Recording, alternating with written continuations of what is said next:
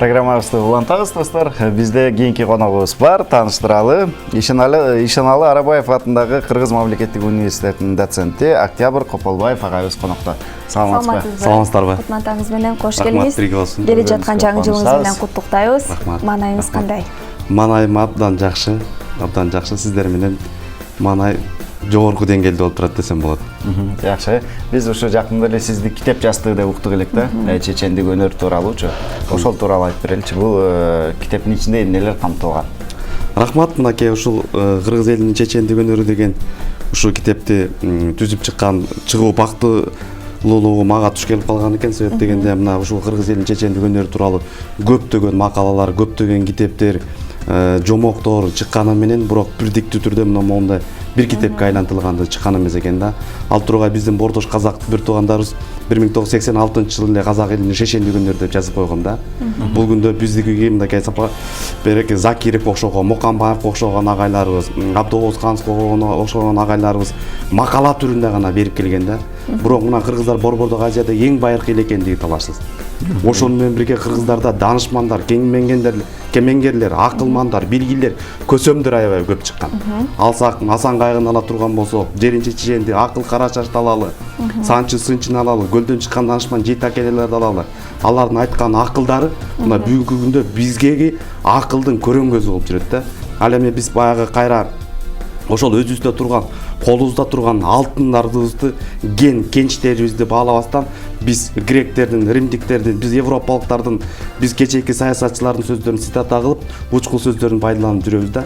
Ал эми кыргыздын өзү нукура салт санасынан келип чыккан, нукура жашоосунан келип чыккан макал лакаптары, накыл кептери бүгүнкү күндө айтылбай калгандыгы өтө өкүндүрөт да.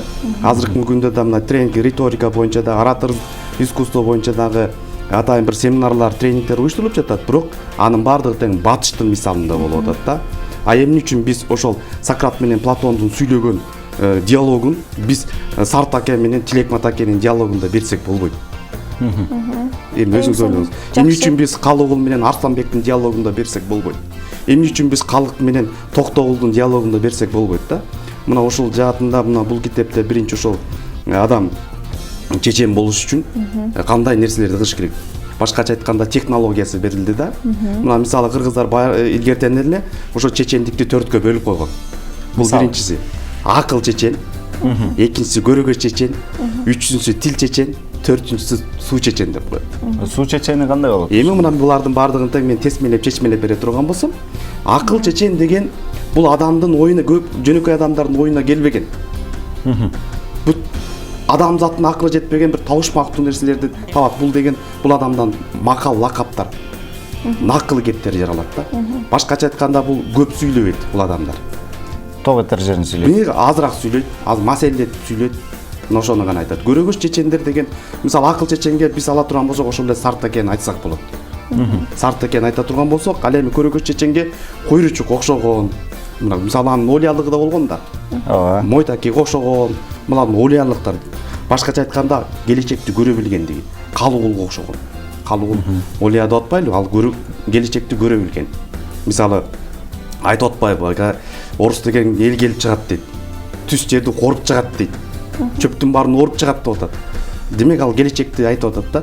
Кызыл кыялар, кыргый талга уялар, такыясын кармап колуна кыздар бала кубалар деп тетиги 18-кылымда эле мына Калыгул олия айтып койду. Бүгүн бизге келип атат. Мына бүгүнкү күндө ошонун баардыгы тең болуп жатат десек болот да. Андан кийин тил чечен. Тил чечен бул акыл чечендин, көрөгөч чечендин айткан акылдарынын баардыгын тең акылына тутуп алып туруп ошону айткан сөздөрүн түн болсо түн, күн болсо күн адамды зериктирбей айтып берет да. Бул эми чечендик өнөрдө сөзсүз эле сүйлөп кой эмес да. Бул кыраакылык, бул үндүн чыгышы, үндүн коюлушу. Ошону мынау сени каптап турган, сени тегеректеп турган элге кандай деңгээлде жеткиришесиң. Бул тил чечен деген айтса санжырасы түгөнбөйт. Сайрап берсе жомогу түгөнбөй турган.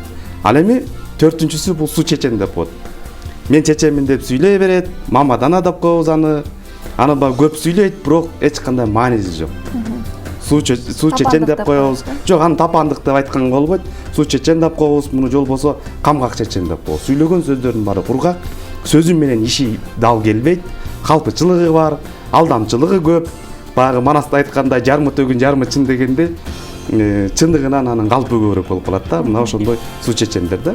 Демек мына ушул 4 категорияга эле бөлүп карасак болот да. Биздеги ошол Манастан баштап мына бүгүнкү күнгө чейинки саясатчылар болобу, коомдук ишмер болобу, жазуучулар болобу, мына ошолордун баардыгын тең бир рамкага салып карасак болот да.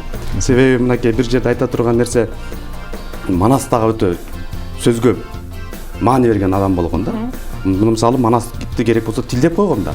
Манас дегенде барып аят өсө экенсиң, сууга салган чанашта дардай ачат экенсиң деп. Мына демек ошол Манас өзүнүн акылы менен, ошол акылынан чыккан тилинин күчү менен, жалаң эле булчуңдун күчүнөн менен эмес. Мына алдында түмөндөгөн элдерди ээрчиткен.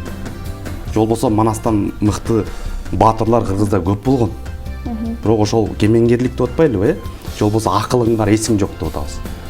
Манасты тилде атпайсың, акылың бар, эсиң жок экен. Акыл эмне, эс эмне, ой эмне айырмалап бериш керек экен. Мына ошондо мен бул китепте биринчи бөлүгүндө ушул чечен болуш үчүн эмнелерге ээ болушубуз керек. Мындайча айтканда технологиясы, экинчи бөлүгүндө кыргыздардан чыккан ирий өкүлдөр чечендер деп. Мына ошолордун кыскача тарых таржымалы берилген да. Эң сонун экен, ал эми биздин теле көрүүчүлөр азыр көрүп балким кызыгып калса керек. Бул китепти кайдан сатып алса болот? Кайсы Белгиле сатка чыктыбы? Канча нускада орун алды? Рахмат, бул китепти мага демөрлөп чыгарып берген мен өзүмдүн Нурбек Калыгулов деген окуучум демөрлөп берген 1000 нускада чыккан. Албетте 1000 нуска кыргыз эли үчүн болбогон бир нерсе болуп калат. Мына бүгүнкү күндө магазиндерде, китеп магазиндеринде раритетте, нускада, башка бир кыргызча китеп сатылган жерлердин баардыгында, Ош базарында дагы, бу Эркиндик бульварында дагы бул китептер сатылып жатат да. Жана кыргыз Сабат деген китеп борбору бар.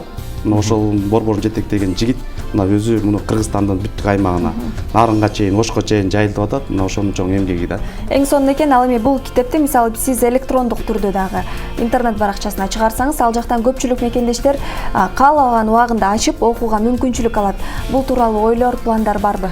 Бул тууралуу өзүнчө бул китепке кирген ар бир главаларын, ар бир жанагы бир данышманга, бир кемеңгер ойчулга арналган темаларды биз интернет баракчаларына киргизип койгонбуз. Бүгүнкү күндө биздин сайт кейчизинде, жанагы Баракелде турмуш, Акипресстин сайттарында булар жайгашкан. Эгер окурмандар кызыга турган болсо, издеп таба алса болот да. Ошондо сиздин ат фамилияңызды жазып туруп анан кийин сураш керекпи? Жок, бул жерде чечендин мен туура фамилиямды жазып деле сурап койсо болот ба? Мисалы Калыгул чечен десе деле, же болбосо тиги Көкөтөй Куйручук дей турган болсо эле өзү чыгып калат да. Же Мойтаке, Сартаке десе эле издесе болот да эми.